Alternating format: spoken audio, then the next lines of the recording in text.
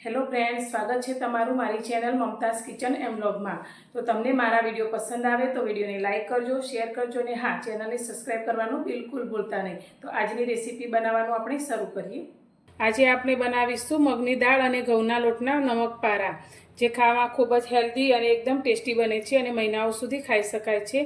તો એકદમ ખસ્તા પડવાળા આજે આપણે નમક પારા બનાવીશું। તો તેના માટે અત્યારે મેં મગની દાળ લીધી છે, જેને અડધો કપ જેટલી મેં લીધેલી અને તેને પલાળી અને 2 થી 3 કલાક માટે રાખેલી। તો આ રીતે એકદમ સરસ એવી દાળ આપણી ફૂલી ગઈ છે। તો અડધા કપમાંથી તે ફૂલી અને આ રીતે એક મોટો કપ ભરાય તેટલી આપણી દાળ થઈ છે। તો હવે આપણે એક મિક્સર જાર લઈ લઈશું અને આ જારની અંદર આપણે લીધેલી દાળ લઈ લઈશું। તો આમાંથી મેં બધું જ પાણી કાઢી લીધું છે।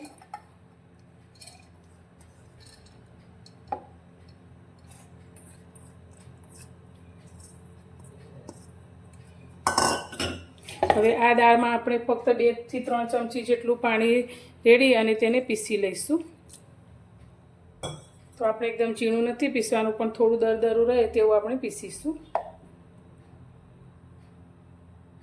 દાળને મેં પીસી લીધી છે, તો થોડી દરદરી રહે તે રીતે આપણે પીસી છે। એકદમ ઝીણી પેસ્ટ આપણે નથી કરવાની। હવે તેને એક મિક્સિંગ બાઉલમાં લઈ લઈશું।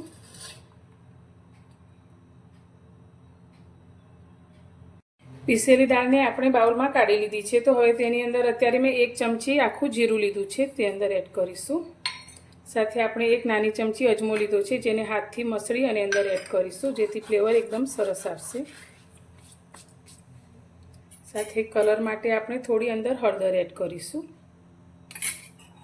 સ્વાદ પ્રમાણે મીઠું એડ કરીશું। તો આપણે આગળ લોટ પણ ઉમેરવાનો છે, એટલે આપણે અત્યારે 1 ચમચી જેટલું મીઠું લઈશું। મોણ માટે અત્યારે મેં 3 ચમચી જેટલું તેલ લીધું છે, તે અંદર લઈ લઈશું। તમે તેલની જગ્યાએ ઘીનો ઉપયોગ પણ કરી શકો છો।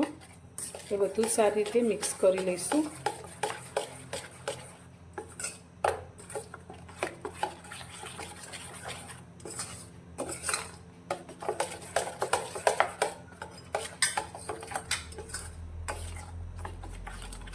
તો તમે મેદાના લોટમાંથી, ઘઉંના લોટમાંથી તો નમક પારા, શક્કરપારા ઘણીવાર બનાવ્યા છે, પણ એકવાર આ રીતે તમે બનાવી જુઓ તો તમે ખાતા પણ નહીં ધરાવો, એટલા ટેસ્ટી આ આપણા નમક પારા બનીને તૈયાર થાય છે। તો બધું મિક્સ કરી લીધું છે। તો હવે આની અંદર આપણે ઘઉંનો લોટ ઉમેરીશું। તમે મેદો પણ ઉમેરી શકો છો, પણ દાળ અને ઘઉંનો લોટ એકદમ હેલ્ધી હોય છે, તેથી આપણે ઘઉંનો લોટ ઉમેરીશું। તો અત્યારે મેં 2 વાટકી જેટલો ઘઉંનો ઝીણો ચાળેલો લોટ લીધો છે। તો થોડો થોડો ઉમેરી અને આપણે તેનો લોટ બાંધીશું। તો અંદર પાણીનો આપણે બિલકુલ ઉપયોગ નથી કરવાનો। આપણે જે દાળ પીસી છે તેમાં જ આપણે આ લોટને બાંધવાનો છે।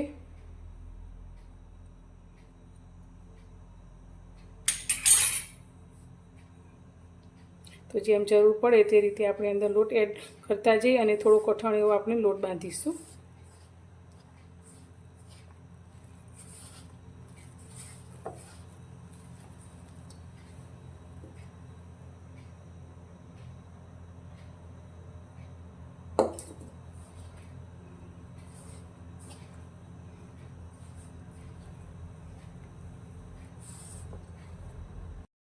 તો અહીંયા મેં આ રીતે એકદમ ટાઈટ એવો લોટ બાંધી લીધો છે। તો હવે આ લોટને થોડીવાર માટે આપણે રેસ્ટ આપીશું અને આગળની એક તૈયારી કરીશું। તો અત્યારે મેં 2 મોટી ચમચી આ રીતે પીંગાળ્યા વગરનું થોડું ઘી લીધું છે। તો હવે આની અંદર અત્યારે આપણે 2 ચમચી કોર્નફ્લાવર ઉમેરીશું। તમે કોર્નફ્લાવરની જગ્યાએ આરારોટ અથવા તો મેદો પણ ઉમેરી શકો છો।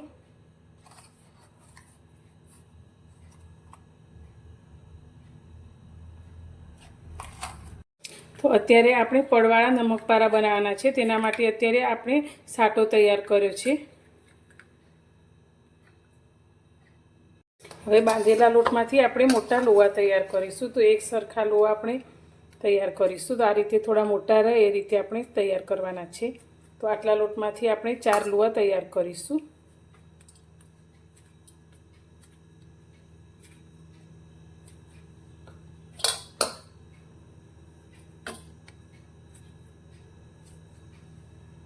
તો આ રીતે એક સરખા આપણે 4 મોટા લોવા કરી લીધા છે। તો હવે આપણે આમાંથી તેની રોટલી વણીશું।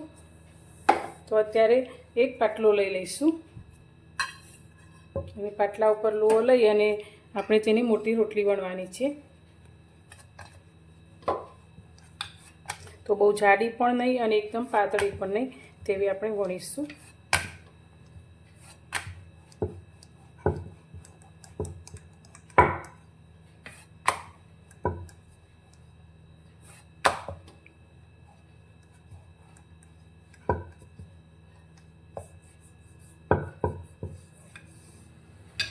તો આ રીતે આપણે રોટલી વણી છે. તો તમે જોઈ શકો છો આપણે આટલી થિકનેસ રાખી છે. તો આ જ રીતે આપણે ચારે રોટલીને વણી લઈશું. અહીંયા મેં આ રીતે મોટી 4 રોટલી વણી લીધી છે. તો હવે આપણે એક મોટી થાળી લઈ લઈશું. તમે પ્લેટફોર્મ પર પણ તેને પાથરી શકો છો. હવે તેની ઉપર આપણે આ રોટલીને પાથરી લઈશું.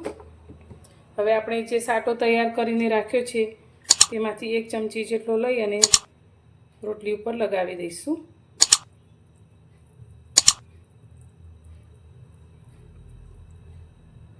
બધી જ બાજુ એક સરખી રીતે આપણે લગાવવાનું છે.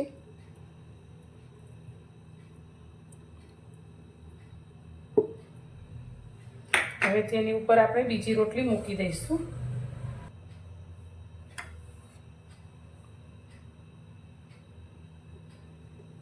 આ રીતે હવે ફરી આની ઉપર પણ આપણે 1 ચમચી જેટલો સાટો લગાવી લઈશું. આ જ રીતે આપણે ચારે રોટલીને ઉપરા ઉપર પાથરી લેવાની છે.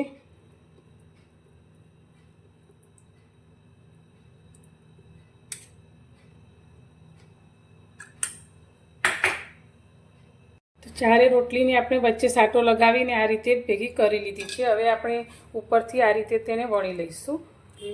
એટલે તેને આપણે થોડી પાતળી કરી લઈશું. તો થાળી જેટલી આપણે પહેલાં મોટી કરીશું.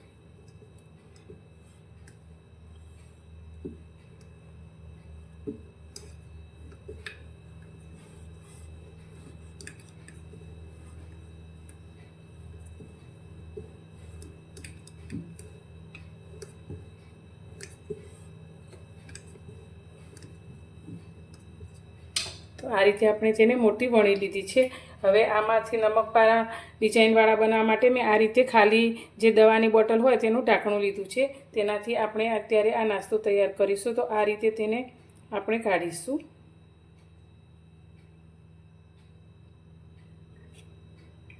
તો આ રીતે શેપમાં આપણે નાસ્તાને તૈયાર કરવાનો છે.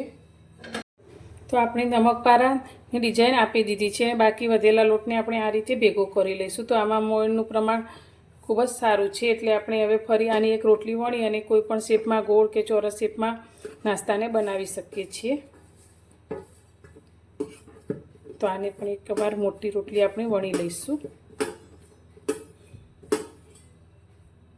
આપણે ફરી રોટલી મોટી વણી લીધી છે. તો સાધારણ આપણે થોડી જાડી રાખી છે. તો ફરી આપણે તે ઢાંકણ લઈ લઈશું અને આ રીતે ગોળ ગોળ ડિઝાઇનમાં આપણે તૈયાર કરી લઈશું.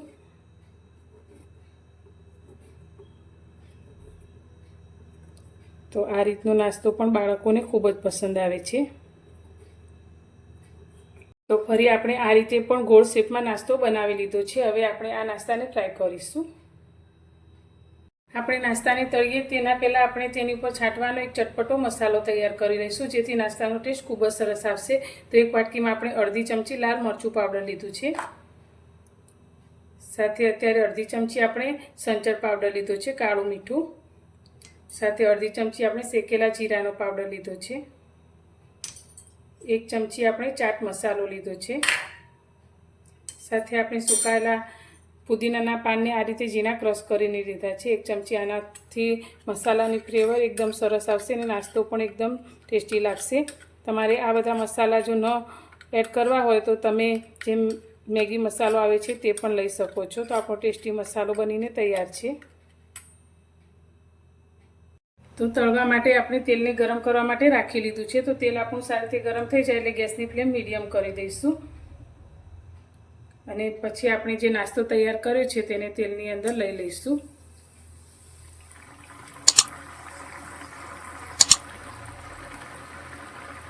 હવે મીડિયમ ગેસની ફ્લેમ પર નાસ્તાને આપણે સારી રીતે તળાવવા દેવાનો છે. તો એકદમ ક્રિસ્પી અને ખસ્તા તૈયાર થાય તે રીતે તેને તળાવવા દઈશું. તો અત્યારે વચ્ચેથી આપણે જારાને બિલકુલ અડકવાનું નથી, જારાથી બિલકુલ અડકવાનું નથી અને તેને આ રીતે તળાવવા દેવાનો છે.